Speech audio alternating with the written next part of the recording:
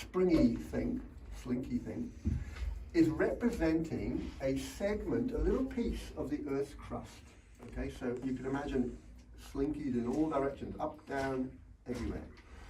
And what we're doing is we're showing that the Earth is in a state of tension. So as I move away slowly, the tension builds up. And now instead of moving away, I'm just going to pull my hand back. And at a certain point, the tension is going to release. Okay? So when the tension releases, a shock wave travels through the Earth. Do that again. Okay, I'll do it again. Yes, So tension's building up. Tension's building up. It's had enough. You can't stand it any longer. Oh, it's holding on.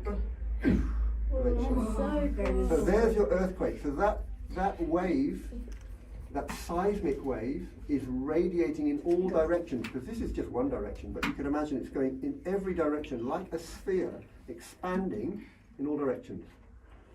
And eventually some of that wave will meet the Earth's surface. And at the Earth's surface, as the whole sphere in the ground is expanding, it'll be like a ring that's expanding in all directions. Does that make sense? Good on you. So the interesting thing is, if you look at this shock wave, it's traveling in the compression of the ground, or the extension of the ground, is traveling in the same direction as the movement of the wave. What do I mean by that? I will show you. You should both like pull it back so the waves hit each There other. is another type of shock wave which also, which also travels through the Earth. And this one is not pulling in the same direction as the way it travels, it's pulling at a right angle to the way it travels. So this wave, when the earthquake happens, looks a bit more like this. Whoa. Okay.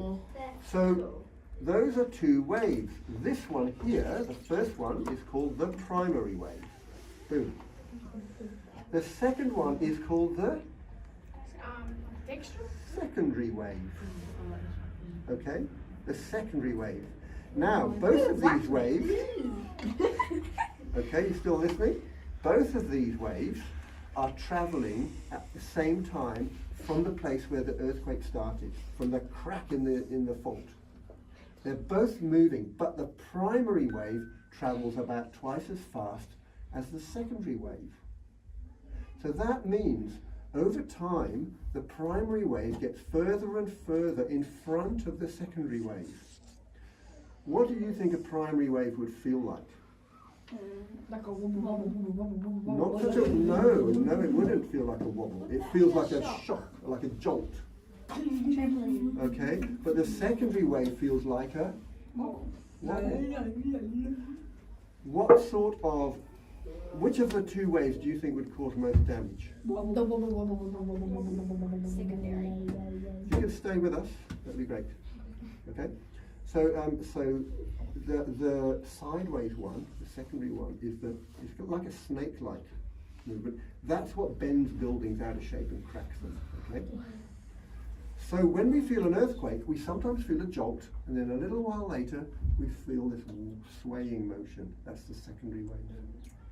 So jolt, and sometimes at night, people think, oh, I woke up, and then there was an earthquake.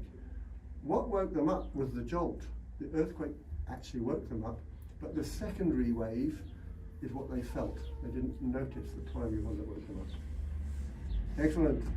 If I wanted to know how far the earthquake was away, I could count the time between the first shock wave and the wobbly wave coming afterwards. So if it was a shock wave and immediately wobbling, I know the earthquake started quite nearby. But if I felt a shock wave and then a long wait, several seconds, and then the ground started to sway, I know that the primary wave had got a long way ahead of the secondary wave, so it must be quite a distance. Does that make sense? Yep. Is it like Brilliant. lightning and thunder? A bit like lightning and thunder. Very good. You see the lightning and then you wait for the thunder. It's a long time further away. Thank you.